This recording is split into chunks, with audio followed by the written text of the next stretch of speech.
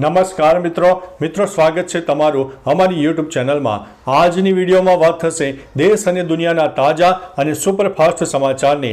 સૌપ્રથમ વાત થશે વર્ષ 2025 માટે સરકારી રજાઓનું કેલેન્ડર જાહેર કરવામાં આવ્યું છે। આગામી વર્ષ 2025 માટે ગુજરાત સરકારે સરકારી રજાઓનું કેલેન્ડર જાહેર કર્યું છે। જે કેલેન્ડર મુજબ વર્ષ 2025માં 25 જાહેર રજાઓમાંથી 5 રજાઓ કપાઈ જશે। વૈકલ્પિક રજાઓમાં 4 રવિવારની જાહેર રજાઓ અને અન્ય 1 રજા પર બીજા શનિવારે પણ મળશે। સરકારી કર્મચારીઓને અન્ય 20 રજાઓ પણ મળશે। આ માહિતી સામાન્ય વહીવટી વિભાગે જાહેર કરી છે। મિત્રો, અન્ય મહત્વના સમાચારની વાત કરીએ તો હવે સંભળાશે લગ્નના ગીતો અને સિઝનની શરૂઆત પણ થઈ જવા પામી છે। દેવ દિવાળી બાદથી લગ્ન સિઝનની શરૂઆત થઈ રહી છે। જૂન 2025 સુધીના ઘણા મુહૂર્તો પણ છે। ત્યારે 2024ના બચેલા નવેમ્બર અને ડિસેમ્બર મહિનાની વાત કરીએ તો નવેમ્બરમાં લગ્નના શુભ મુહૂર્ત 16, 17, 22, 23, 26 અને 27 તારીખે છે। ડિસેમ્બરમાં 2, 3, 4, 5, 6, 7, 11, 12, 14 અને 15 તારીખ શુભ મુહૂર્ત રહેશે। 16 ડિસેમ્બરથી 14 જાન્યુઆરી 2025 સુધી કૌમુહૂર્ત રહેશે, જેથી કોઈ શુભ કાર્ય થઈ શકશે નહીં। મિત્રો, અન્ય મહત્વના સમાચારની વાત કરીએ તો દેવ દિવાળી નિમિત્તે કિંજલ દવેએ મા અંબાના કર્યા છે દર્શન। માં જગત જનની અંબાનું મંદિર કરોડો લોકોનું આસ્થાનું કેન્દ્ર છે। ત્યારે મા અંબાના મંદિરમાં માતાજીના દર્શન કરવા માટે વર્ષભર ભક્તોની ભારે ભીડ જોવા મળતી હોય છે। હાલમાં દિવાળીનો પર્વ ચાલતો હોવાથી ભક્તો મોટી સંખ્યામાં મા જગદંબાના દર્શન કરવા માટે અંબાજી પણ જતા હોય છે। ગુજરાતની ગાયિકા કિંજલ દવે પણ પોતાના પરિવાર સાથે એટલે કે દેવ દિવાળીના નિમિત્તે વહેલી સવારે મા અંબાના દર્શન પણ કર્યા હતા। મિત્રો, અન્ય મહત્વના સમાચારની વાત કરીએ તો ગંદકી કરનારની હવે ખેર નહીં, મળશે મેમો। હેરિટેજ સિટી અમદાવાદમાં હવે ગંદકી કરનાર સામે મહાનગરપાલિકા લાખ આંખ કરશે। જાહેર રસ્તાઓ પર ગુટખા ખાઈને પિચકારીઓ મારશો તો ઘરે ફરફરીઓ આવી જશે। પિચકારી મારતા પિચકારીયાઓ સામે થશે દંડાત્મક કાર્યવાહી, જેના માટે મહાનગરપાલિકાએ સીસીટીવી થકી મેમો આપવાની કામગીરી કડક અને ઝડપી બનાવી છે। સીસીટીવી મુજબ મેમો વાહનના નંબર આધારે પહોંચી જશે અને તમારે ₹100નો દંડ પણ ભરવાનો રહેશે। મિત્રો, અન્ય મહત્વના સમાચારની વાત કરીએ તો મેડિકલ કેમ્પને લઈને સરકારનો મોટો નિર્ણય સામે આવ્યો છે। અમદાવાદની ખ્યાતિ હોસ્પિટલમાં થયેલા કાંડ બાદ સરકાર એલર્ટ થઈ ગઈ છે। આ ઘટનાને લઈને સરકાર દ્વારા મહત્વનો નિર્ણય લેવામાં આવ્યો છે, જેમાં પીએમ જય સંલગ્ન હોસ્પિટલો મેડિકલ કેમ્પ નહીં યોજી શકે। જો કોઈ હોસ્પિટલ કેમ્પ કરશે તો કડકમાં કડક કાર્યવાહી કરવામાં આવશે।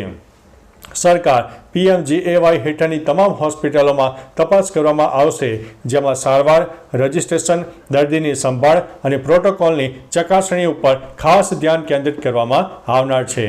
મિત્રો, અન્ય મહત્વના સમાચારની વાત કરીએ તો ખ્યાતિકાંડ મામલે હર્ષ સંઘવીની મોટી પ્રતિક્રિયા સામે આવી છે। ખ્યાતિ હોસ્પિટલ મામલે ગૃહ રાજ્યમંત્રી હર્ષ સંઘવીની પ્રથમ પ્રતિક્રિયા સામે આવી છે, જેમાં તેઓએ કહ્યું છે કે ઘટના સામે આવ્યા બાદ આરોગ્ય મંત્રીએ તપાસના આદેશ આપ્યા છે અને તપાસની કામગીરી ચાલુ કરી દીધી છે।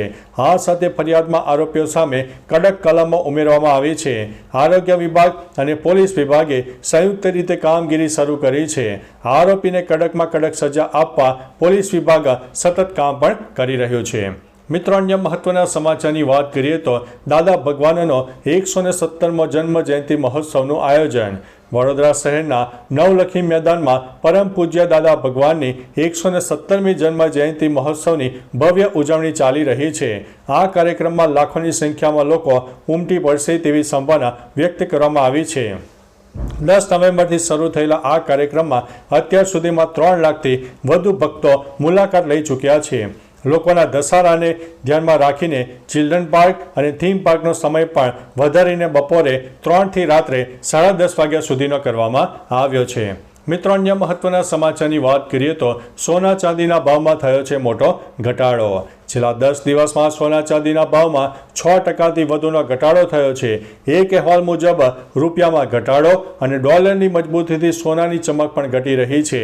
5 નવેમ્બરે સોનાની કિંમતની સરખામણીમાં 10 દિવસ બાદ સોનું લગભગ 5,000 રૂપિયા સસ્તું થયું છે. સ્થાનિક બજાર દિલ્હીમાં 22 કેરેટ સોનું 69,600 રૂપિયા પ્રતિ 10 ગ્રામ અને 24 કેરેટ સોનાની કિંમત 110 રૂપિયા વધીને 75,910 રૂપિયા પ્રતિ 10 ગ્રામની આસપાસ જોવા મળી છે. મિત્રો, અન્ય મહત્વના સમાચારની વાત કરીએ તો અમદાવાદના અનેક વિસ્તારમાં પ્રદૂષણ જોખમી સ્તરે જોવા મળ્યું છે. અમદાવાદ શહેરના ઘણા વિસ્તારોમાં પ્રદૂષણ જોખમી સ્તરે વધી રહ્યું છે, જેમાં રામોલ, હાથીજણ, વટવા, રિવરફ્રન્ટ વિસ્તારોમાં એર ક્વોલિટી ઇન્ડેક્સ 400 પાર ગયો છે. રામોલ હાથીજણમાં વિસ્તારમાં હવા સૌથી વધારે ખતરનાક છે, જેમાં એર ક્વોલિટી ઇન્ડેક્સ 452ની આસપાસ નોંધાયો હતો. વટવામાં 449, રિવરફ્રન્ટ ઉપર 435 અને શહેરમાં એર ક્વોલિટી ઇન્ડેક્સ 225ની આસપાસ નોંધાયો છે. પ્રદૂષિત હવાથી શ્વસન તંત્રને લગતી બીમારીઓ પણ વધવાની શક્યતાઓ વર્ણવવામાં આવી છે. મિત્રો, અન્ય મહત્વના સમાચારની વાત કરીએ તો બાળકની ચોરી કરતી ગેંગ સક્રિય થઈ જવા પામી છે. સોશિયલ મીડિયામાં વિડીયો વાયરલ થયો છે કે જે માણસોનું હોવાનું જણાવ્યું છે. આ વિડીયોમાં મહિલા બાળકની ચોરી કરતા હોવાના આક્ષેપો કરવામાં આવ્યા છે. લોકોએ ભેગા થઈને મહિલાને ઝડપી હતી અને બાળક ચોરતી હોવાનું કહીને તેના ઉપર આક્ષેપ પણ લગાવ્યા હતા. રાજ્યમાં બાળક ચોરી ગેંગની સક્રિય થઈ હોવા અંગેના વિડીયો પણ વાયરલ થઈ રહ્યા છે.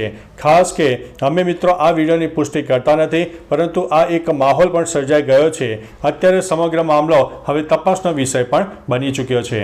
મિત્રો, અન્ય મહત્વના સમાચારની વાત કરીએ તો સૌરાષ્ટ્ર યુનિવર્સિટીની નોન ટીચિંગની ભરતી રદ કરવામાં આવી છે. સૌરાષ્ટ્ર યુનિવર્સિટીની નોન ટીચિંગની ભરતી હમણાં રદ કરાઈ છે, જેને લઈને ઉમેદવારોમાં રોષ જોવા મળ્યો છે. તો સ્ટાફની ભરતી રદ કરાઈ છે, જેને ઉમેદવારો હજુ પણ અજાણ છે. 4,000થી વધુ ઉમેદવારો અજાણ હોવાની વાત સામે આવી છે, જેમાં કુલ 54 જગ્યાઓ પર ભરતી રદ કરવામાં આવી છે. રજિસ્ટ્રેશન માટે ઉમેદવાર દીઠ 300 રૂપિયા લેવામાં આવ્યા હતા અને ઉઘરાવેલા કુલ 12 લાખ રૂપિયા પરત આપવાના પણ હજુ પણ બાકી નીકળી રહ્યા છે. મિત્રો, અન્ય મહત્વના સમાચારની વાત કરીએ તો હર્ષ સંઘવીની વડોદરા મુલાકાત સામે આવી છે. 10મી નવેમ્બરથી વડોદરામાં દાદા ભગવાનની 117મી જન્મ જયંતિ નિમિત્તે શાનદાર મહોત્સવ ઉજવાઈ રહ્યો છે, જેમાં ગૃહ રાજ્યમંત્રી હર્ષ સંઘવી પણ હાજર રહ્યા હતા. વડોદરાના નવલખી મેદાન ખાતે હર્ષ સંઘવી સાથે અન્ય મહાનુભાવો પણ ઉપસ્થિત રહ્યા હતા. સંઘવીએ આત્મજ્ઞાની પરમ પૂજ્ય દીપકભાઈને મળીને તેમના આશીર્વાદ પણ મેળવ્યા હતા.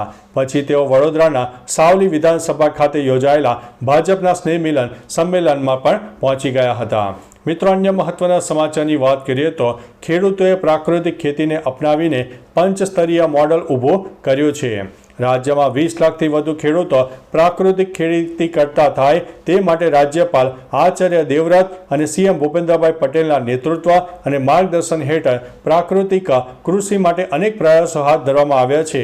બનાસકાંઠા જિલ્લાના ખેડૂતો પણ આ દેશી ગાય આધારિત ખેતીના જીવામૃત, બીજામૃત, વાપસા અને સહજીવી પાક એટલે કે મિશ્ર પાક પદ્ધતિને અપનાવીને એક સ્વસ્થ સમાજની સાથે વધુ આવક પણ મેળવતા થયા છે. મિત્રો, અન્ય મહત્વના સમાચારની વાત કરીએ તો ડેન્ગ્યુ જીવલેણ સાબિત થયો, 2 લોકોના થયા છે મોત. હાલમાં બેવડી ઋતુનો અનુભવ થઈ રહ્યો છે, જેના કારણે રોગચાળો વકર્યો છે. ચોમાસા બાદ સામાન્ય રીતે ડેન્ગ્યુના કેસમાં નોંધપાત્ર વધારો થાય છે, પરંતુ આ વર્ષે ડેન્ગ્યુ જીવલેણ સાબિત થઈ રહ્યો છે. રાજકોટમાં છેલ્લા 2 દિવસમાં ડેન્ગ્યુના કારણે 2 લોકોના મૃત્યુ પણ થયા છે. આરોગ્ય વિભાગના સર્વે પ્રમાણે આ વખતે ડેન્ગ્યુ પ્રાણઘાતક સાબિત પણ થયો છે. ડેન્ગ્યુના દર 3 વર્ષે તેની પેટર્ન બદલે છે અને દર 3 વર્ષે તે વધુ આક્રમક પણ બનતો જણાય છે. તો ચાલો મિત્રો, ફરીથી દેશ અને દુનિયાના સુપરફાસ્ટ સમાચાર લઈને મળતા રહીશો. ત્યાં સુધી અમને રજા આપશો. નમસ્તે.